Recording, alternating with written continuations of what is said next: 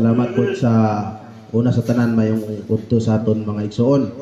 Kag sa aton po nga mga bisita, mga higala, mayong aga pa man siguro ni. Salamat po sa aton nga igsoon nga gihatagan pud ta sang higayon no nga makahambal man ta diri sa atubang parte sa pulong sa Ginoo, no?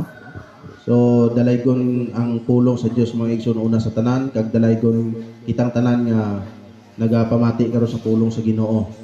So kung aton gid sa isipon kag aton nga intindihon mga igsoon, kanami sa mga mensahe nga pulong sa Dios nga gibasa sa itong mga igsuonan.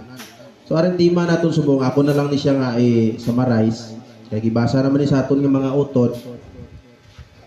Isa ni siya aring tema naton nga si Pablo dito sa Korinto.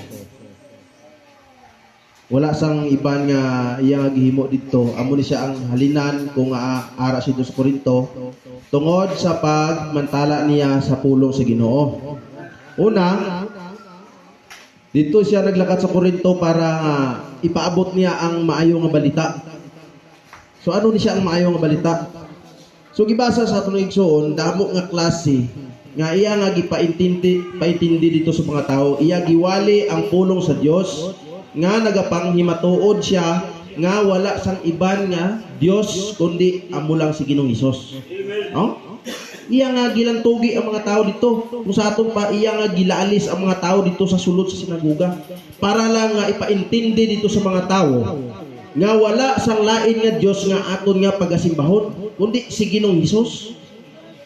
Amo na ang gihimo ni Apostol Pablo sa una nga panahon. Now, sa aton subong henerasyon mga igsoon, isip nga kita nakabati sini nga mga pulong karon. Isip kita nga nagasupay sa mga pulong nga gisugo kaniadto sa mga apostoles ni Ginoong Hesus. Isa pud ta karon nga kumbaga magatuman sini nga mga sugo sa Ginoo karon. Kung gibuhat man ni Apostol Pablo nga gibantala niya ang pulong sa Dios dito sa Korinto, kita karon nga nakadungog, nakabati sini nga mga pulong mga igsoon, kita may katungod pod sa pagmantala sini nga mga pulong. Kita pod may ara sa katungod nga ipahibalo sa tanan nga mga katawhan nga wala sang lain nga ginapangita ang aton nga amahan nga magsisimba. Diba? Wala sang lain. Ang gipangita lang sa amahan nga magsisimba kaniya, kinahanglan nga magasimba diri sa espiritu ug sa kamatuoran. Amo na siya ang matuod nga ginapangita sa amahan. Unta, no? Kaso lang gamay lang ang ginatawag nga nakakita sini o nakatultol. Kaya kung aton isipon kung basihan naton ang pulong sa Ginoo, nasulat ni siya sa Mateo 13:7. Sumulod kamo, agi kamo sa pultahan nga masigpit o sa dalan nga makitid. No? Kaya nga naman, ang dalan nga hawan, ang dalan nga nami, damo sang nagaagi dira. Pero wala sila makabalo nga ang punta sini kantil. Pero anong giamban ni Ginoong Hesus? Agi kamo dira nga dalan. Aring dalan nga gamay, dalan nga tunukon nga matawag naton gamay, sigpit. Nganong matawag naton nga tunukon? Tungod kay ari nga dalan damo ka maagyan nga kasakitan. Damo ka maagyan nga mga pagsulay. Pero kung malagpasanin mo na siya ang natawag nga mga pagsulay nga ginatawag niya nga dalan nga masigpit, pag abot siya na sa punta, amo gali ang isaad sa Dios nga kabuhi nga wala sang katapusan. Amo na nga, jutay lang daw ang nakatultol sa sini nga dalan. Kita mo lang tawa ang dalan na tultol isipo na. Ya? Joke. Ato nang ihemplo, ato ni sampol. Amo na siya ang halinan nga at gamay lang ang nakaabot diri, nakatultol sini diri, sining espiritu sa kamatuoran kay sa dalan pa lang makita na gamay na budlay pa. So tuman ang nasulat diri sa Mateo 13:7. Nga agi kamo sa masigpit nga dalan. Di ba? So amo na sa mga igsoon, diri sa espiritu sa kamatuoran sama sa gibasa sa itong mga kaigsuunan, no? Si Apostol Pablo giwali niya ang mayong balita sa Korinto, hindi lang sa Korinto kundi pati sa mga taga-Episo, no? Giwali niya. Ano ang iya gipahimatuod dito? Wala sang lain. Wa sa lain nga iya nga gihambal gipaintindi sa mga tao nga kinahanglan kamo nga mga tao magpati kamo nga si Hesukristo amo ang matuod nga Dios. Espiritu si Dios pinaagi niini. Ang matag usa ka espiritu nga nagapaila nga si Hesukristo nagpakatao kini siya kini iya sa Dios.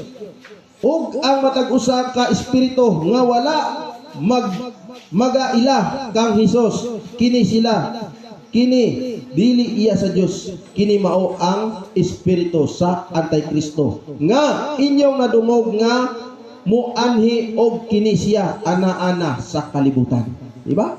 Kung ato isipon mga igsoon aring gihambal ni Apostol Juan dire natabo na ni siya subong, no? Damo na nagapakilala karon nga siya amo ang Dios, ya? Kita nasayod na.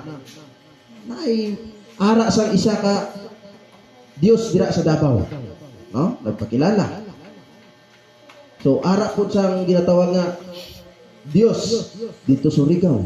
Nagpakilala po na. Mao ni siya ang gihambal ni Apostol Juan. Pagbantay kamo, no? Kay magpanungha ang mga mini nga mga propeta nga managpangdani sa inyong mga pagtuo bisan pagani sa mga nakabig na. So amo na ang balantayan mga igsoon. Magpakilala sila nga sila pud ang Dios. Mao na nga karon sa aton paano naton makilala ang matuod nga Dios, no? Sa ano nga pamaagi nga kita makilala naton ang matuod nga Dios. Makilala lang naton ang matuod nga Dios mga igsoon kung diri ka nagasunod. Kung amo ni ang imo nga ginasimba, aron gikahimut-an sa amahan nga mo ang espiritu sa matuoran. Kay ang espiritu sa matuoran, espiritu 2 Corinto 3:16, ang Dios naton karon amo ang espiritu. Ang kamatuoran amo ni siya ang pulong, no? Ari kamatuoran nga gihambal. Amo ang pulong. Amo na nga gitawag espiritu og sa kamatuoran. Kay ang Dios naton espiritu og ang kamatuoran ang pulong, no? Mao na nga gitawag na sa espiritu sa kamatuoran amo na ang gisugo sa amahan niya. Kamo kita tanan nga mga tao unta dira magsimba sa espiritu sa kamatuoran, no? Pero jutay lang, no? Gamay lang gid ang nakatultol sini nga simbahan. Gamay lang kay nasulat man na. No? Wala man ang Dios no kuno malipay sa daghan. Sa damo kundi ang Dios nalipay sa mga gamay, sa mga salin. Kumaga kabalutan ko anong salin, arang mga sobra-sobra sa inyo nga mga arang kita inyo sa inyo nga kaldero nga tapos pagtig-ani mo tapos inyo kaon. May mga mumho nga nagapilit dira sa kilid. Amo lang sina ang nagasimba sa espiritu sa kamatuoran. Salin, no?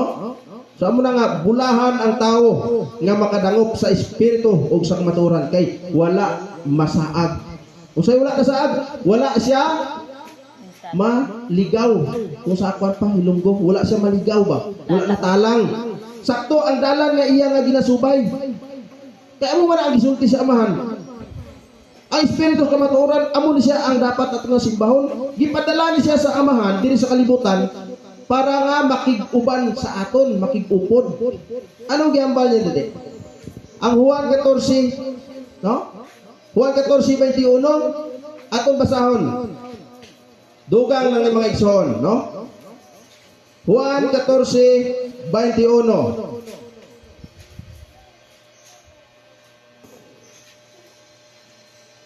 Ang nagapaton sa akong mga sugo o nagatuman